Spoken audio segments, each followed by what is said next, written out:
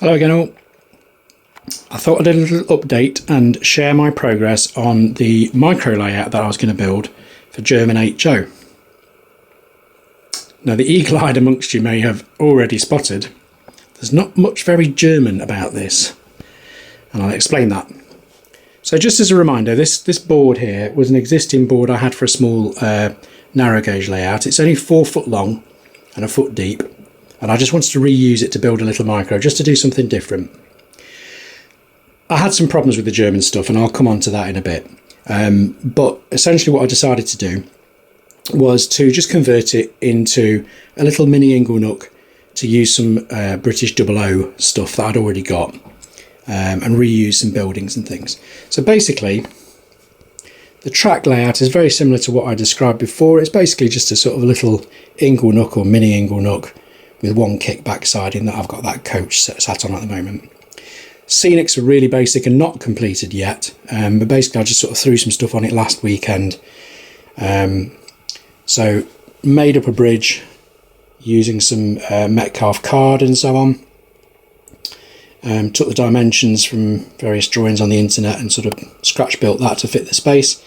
Built up that sort of bank at the back there and a little bit at the front, just using foam board and PVA over kitchen roll and that kind of thing. Bit of static grass, some green stuff, some gravel stuff, and used a little signal cabin. And that good shed needs a little platform to go onto as well. In the original video I showed I was going to use some electro frog points and use seat point motors and stuff. There was so much bloody wiring involved, and in the end I thought, you know what, for a layout this size it's supposed to be a bit of fun. I've just used Insel frog points, which for the German loco I was going to use was absolutely fine. For the 00 stuff, it works okay.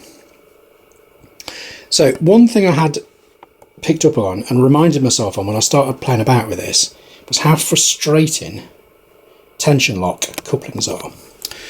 So I have done some modifying, again following, it's not my ideas, I followed some stuff off the internet, and essentially what I've done, I'll see if I can demonstrate this at all, is by adding a bit of a staple to the, there we go, the hooks on the tension locks, and using some magnets buried in the track. All the wagons have only got a loop on one end and a hook on the other. I'll see if I can find a magnet to sort of show how this works.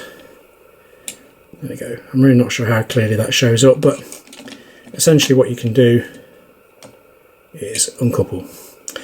What it doesn't allow for, uncouple hands free, what it doesn't allow for though is delayed auto coupling, which is something I'm kind of used to, but hey ho. I think if I was going to get into doing some 00 stuff in a bigger way, I'd probably be looking at using something like Dinghams or Spratt and Winkles. The other thing I would probably just share is, I'll probably do a bit more detail on this later, but I treated myself to a little purchase as I'd sold some stuff on eBay and picked up one of these Hornby Peckett shunters, which are gorgeous, it has to be said. Long term, I think what I'd like to do is either a little industrial layout, something like a brewery, which that would be ideal for, or something along the lines of the sort of Stevenson's light railways, and at a push I could probably use something like the Peckett as a stand-in. It wouldn't look too out of place. So anyway, I'll just show you a little bit on the German stock and why I kind of veered away from that, and that'll be it for this one. Cheers. Okay, so I think I described last time that when I started off with this German thing, I bought a pack of Roco wagons, which turned out to be quite old mouldings. I persevered and installed KD couplings on them. Sorry, if I show you that. And they worked okay. And what I've also done is spent a bit of time weathering them all. So I'm hoping that will show up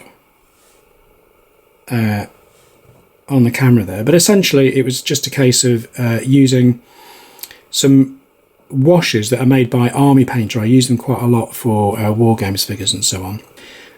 Wiping off where it sort of built up too much, and a bit of a sort of an earth dry brushing around the frames and the underframes and so on. So overall, most of the wagons I've got, I think they're actually looking a lot better. I was much happier sort of playing with those, if you like. I lost a bit of the toy-like quality. And the Fleischmann Loco, that again was a bit of a disappointment. Similar approach to weathering basically, and so again I think I'm happy with how that looks. Just to add to my frustrations though, I set everything up on the micro I was showing you, started shunting around, and it was running absolutely fine using it's in DC, although this has a chip and it can work on both, and for some reason this just stopped and started shorting, and I just couldn't work out why. The body's a bit loose at the moment because I was trying to have a look inside. There is a bit of a loose wire from one of the bulbs. It's really simple mechanics inside, but I spent a bit of time with it and then just got to a point where I thought, you know what, I'm just going to end up bodging this. So I put everything away and cracked on with doing the 00 stuff. I'm not getting rid of it. I think I'll come back to it at some point. I'll spend some time trying to sort this out. I've been posted on a forum and 1 or 2 people have sort of suggested 1 or 2 other locos that will be quite a good starter, but I think again I spent so much money on this. It's really probably been one of the worst model railway purchases I've made, that I'm a bit loath to do anything with it at the moment, but I'll come back to it at some point. So for now everything's weathered up. As I say, that needs some attention to get it running again, but it's all going in a box and I'll come back to it at some point and build something. But for now, I think we'll close the chapter on the German model railway.